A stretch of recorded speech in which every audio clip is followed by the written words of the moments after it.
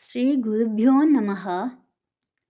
மதாலசா அப்படின்னு சொல்லக்கூடிய ஒரு அற்புதமான பெண்மணியினுடைய சரித்திரம் மார்கண்டேய புராணத்திலேருந்து நம்ம பார்த்துட்டு யோகத்துக்குள்ளே போகலாம்.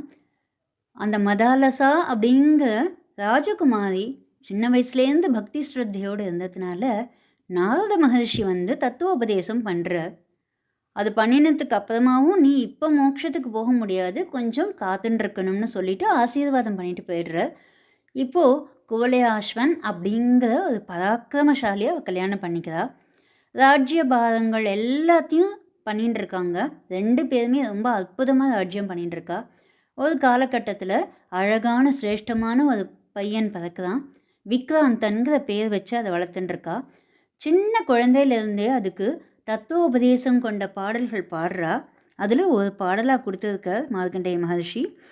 शुद्धोऽसि बुद्धोऽसि निरञ्जनोऽसि संसारमाया परिवर्जितोऽसि संसारस्वप्नं त्यज मोहनिद्रां மதாலசோல்லபம் உவாச்ச புத்திரம் அப்படின்னு சொல்லிட்டு இந்த மாதிரியான நிறைய தத்துவார்த்த பாடல்கள்லாம் பாடுறதை கேட்டு கேட்டு வளர்ந்ததுனால அந்த குழந்தையும் ஞானத்தோடு வளர்றது. ஒரு 5-6 வயசு பிரம்மோபதேசம் ஆச்சோ இல்லையோ அப்பா கிட்ட நமஸ்காரம் பண்ணிவிட்டு நான் தபஸ் பண்ணி அந்த மோட்சத்தை அடையணும் அப்படின்னு சொல்லி நமஸ்காரம் பண்ணிவிட்டு போயிடுறான். இப்போ 2வது குழந்தை பிறக்கிறான். அவன் பேர் சுபாகுன்னு பேர். அந்த குழந்தைக்கும் இதே மாதிரியான தத்துவ பாடல்கள்லாம் பாடி தாளாட்டும் பொழுது அந்த குழந்தையும் மகா ஞானி ஆகிட்டு அப்பா கிட்ட நமஸ்காரம் பண்ணிவிட்டு காட்டுக்கு போயிடுறான் தபஸ் பண்ணுறதுக்கு. இப்படி ஆன உடனே குவலயாஸ்வனுக்கும் ஒரு சந்தேகம் உண்டாகுது. 3வது குழந்தை சத்ருவர்த்தனன் அப்படின்னு பேர் வச்சு அதை வளர்க்கும்போது அதுக்கு சின்ன குழந்தையில என்ன பண்ணுறா மதாலசான்னு போய் வாட்ச் பண்ணுறா.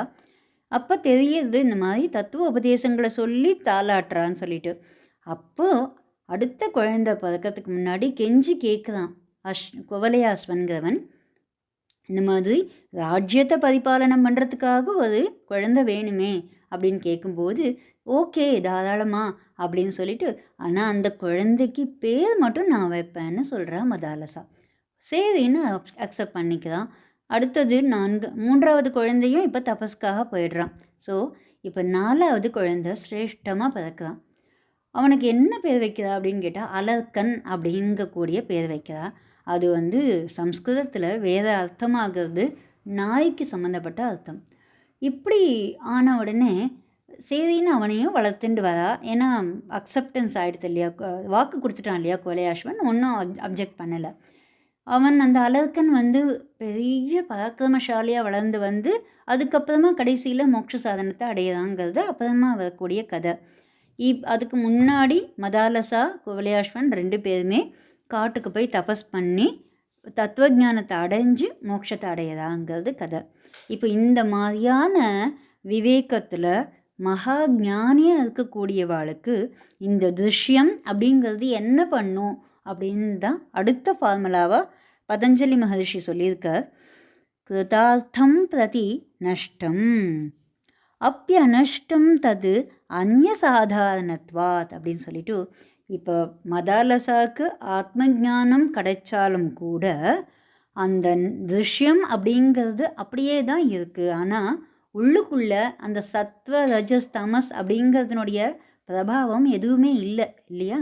அதுதான் அந்த மாதிரி சாதகர்களுக்கு அந்த சத்வ ரஜஸ் தமஸுங்கிறதுனுடைய பிரபாவம் நஷ்டமாயிடும் தான் சொல்கிற. கிருதார்த்தம் பிரதி நஷ்டம். ஆனால் அவள் என்ன ஆகுவா, எப்படி நடந்துப்பா அப்படின்னு கேட்டால் அந்த ராஜ்யங்களை எல்லாம் அப்படியே நடத்துகிறா. குழந்தைகள் எல்லாம் பிறக்கிறது இருந்தாலும் அதுக்கு தத்துவ உபதேசம் பண்ணுறா. ஆனால் அந்த மாதிரி உபதேசம் பண்ணாதேன்னு சொன்ன போதும் அதை அக்செப்ட் பண்ணிவிட்டு அதுக்கு தகுந்த மாதிரி நடந்துக்கிறா. ஸோ எல்லாமே அப்படியே ஒரு பாசிட்டிவாகவே இருந்துருக்கும் அவளுக்கு. அப்படி இருக்கும்பொழுது இந்த திருஷ்யம் மற்ற சுற்றி இருக்கக்கூடியவாளுடைய காரணத்தினால தத் அந்நிய சாதாரணத்வாத் இந்த நஷ்டம் இந்த பிரகிருதி அப்படியே தான் இருக்கும். ஸோ உள்ளுக்குள்ளே அவள் ஆத்ம ஞானத்தோட ஒளியோடு இருந்தாலும் வெளியில் சாதாரணமாக தான் நடந்துப்பா அப்படிங்கிறது தான் கிருதார்த்தம் பிரதி நஷ்டமப்யநஷ்டம் தத் அந்நிய சாதாரணத்வாத் அப்படின்னு சொல்லி அடுத்த ஃபார்முலாவை சொல்கிறார்.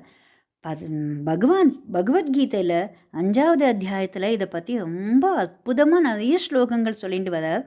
அதில் ஒரு ஸ்லோகம் 11வது ஸ்லோகமாக பார்த்தோம்னு சொன்னால், ஸ்ரீ பகவானுவாச்ச காயேன மனசா புத்தியா கேவலைரிந்திரியைரபி யோகினः கர்ம குர்வந்தி சங்கம் தியக்த்வாத்ம சுத்தையே அப்படின்னு சொல்லிட்டு, யோகிகள்லாம் எப்படி காரியம் பண்ணுறான்னு கேட்டால், சரீரம், மனசு, புத்தி, இந்திரியங்கள் இது அத்தனையும் சேர்த்து சங்கம் தியக்த்வா ஆத்மசுத்தையே, ஆத்மசுத்திக்காக மட்டுமே எந்த ஒரு பற்றுதலும் இல்லாமல் காரியம் பண்ணுறா அப்படின்னு சொல்லிட்டு, காயேன மனசா புத்தியா கேவலை இந்திரியைரபி, இந்த இந்திரியங்கள் மட்டும்தான் காரியம் பண்ணுறது, நான் பண்ணுறேன் அப்படிங்கிற பாவம் இல்லாமல் ஆத்மசுத்திக்காக மட்டுமே பண்ணுறா அப்படின்னு இந்த மதாலசா அவளெல்லாம் மாதிரி பண்ணுறதா சொல்கிறார் பகவான். இன்னும் நம்ம நிறைய சரித்திரங்கள் பார்த்துட்டு அதை நம்ம ஃபாலோ பண்ணுறதுக்கு ட்ரை பண்ணுவோம்.